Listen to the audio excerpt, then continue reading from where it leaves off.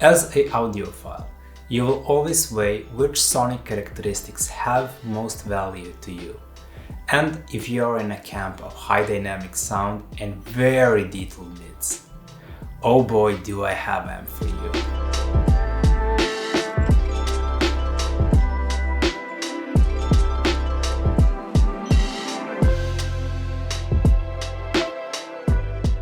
Brio is now considered one of those connoisseur amps that is always recommended when you want to go from a budget to a serious audiophile gear, and for a good reason.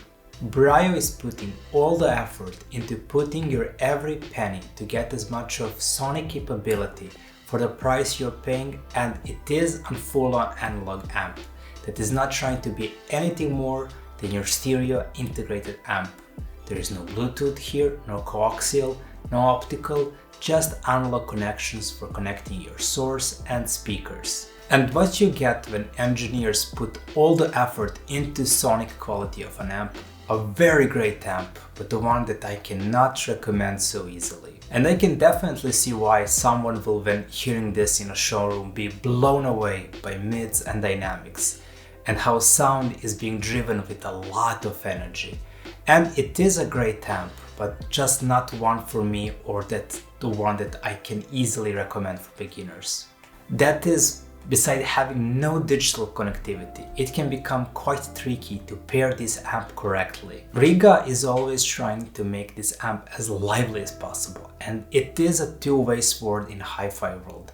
As lively and musical can be a great thing, as it can move you to the rhythm of the sound, but can also tire a person quickly, as our ears and brains sometimes can be overwhelmed if the details in treble are spiked, as the treble lies in the spectrum of the sound that can most easily be affected by your room and room treatments. This also goes to what speakers do you pair this amp to. In my experience, speakers that are by nature a bit on a bright side, like Bowers and Wilkins Series 600, can overwhelm you really fast. The one which I would definitely recommend with this one are warmer speakers, or neutrally balanced ones. For example, Sonus Faber or Q Acoustic. But that being said, I honestly don't believe there is an amp in this price range that delivers so much in upper mids with dynamics, details and texture than this amp. I loved the sound of drums in this amp. So commendable, rhythmically concise.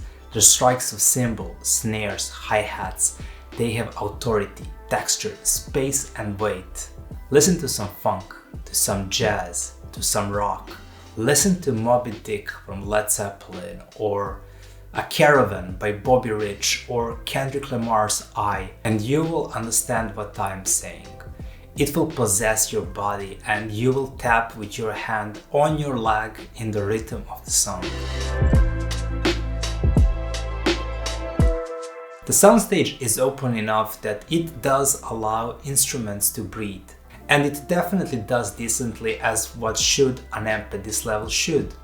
But there are a decent amount of amps in this level which are much better in this aspect. If you enjoy openness and scale of sound, something like Audiolab 6000A, which is very airy and sprawling in its soundstage, might be for you. But you're not here for that.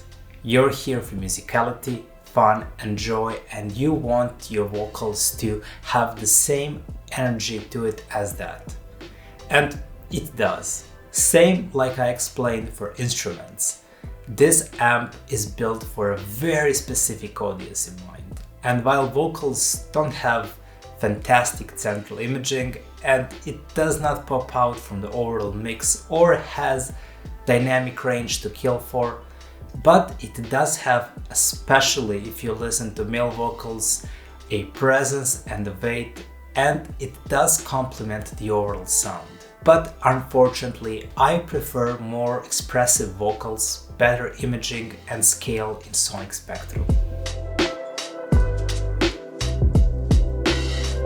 What would I recommend instead of this? All depends on your sonic taste. You have the cheaper Audiolab 6000A that it cannot compete with Rega when it comes to dynamics, texture, details, and overall musicality.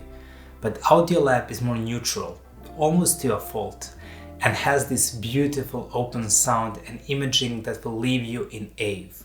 You have a similarly priced Cambridge Audio CXA61, which also have a little bit spiked treble and have a sound similar to Rega. But Cambridge is more of jack of all trades, and while again it does not compare to Rega's overall dynamics, it does all the other aspects better and has a higher range of connectivity that it makes it more versatile option overall. But the one that I would definitely recommend is a Music Fidelity M3i. It is more expensive than Rega, but it brings and ties all the sound elements better. It is same as Rega lacks a lot of digital connectivity, but sonically it is a true audiophile gear that in a lot of elements outclasses Rega. In the end, this device, while it outclasses and punches above its league in some elements, in the end it is just not built for me. But it might be just for you. It might even be your next favorite amp. But it lacks some elements to satisfy my sonic palette. If you love your amp to be punchy, dynamic, and very detailed, don't hesitate to test this at your local showroom. And if you're interested in similarly small factory CD player that goes well with small factor of Rega, then check here. Or a Rega's fantastic budget turntable, click here. Thanks for watching, and I hope you enjoyed this video. And if you liked it, please support this channel by liking and subscribing. Thanks.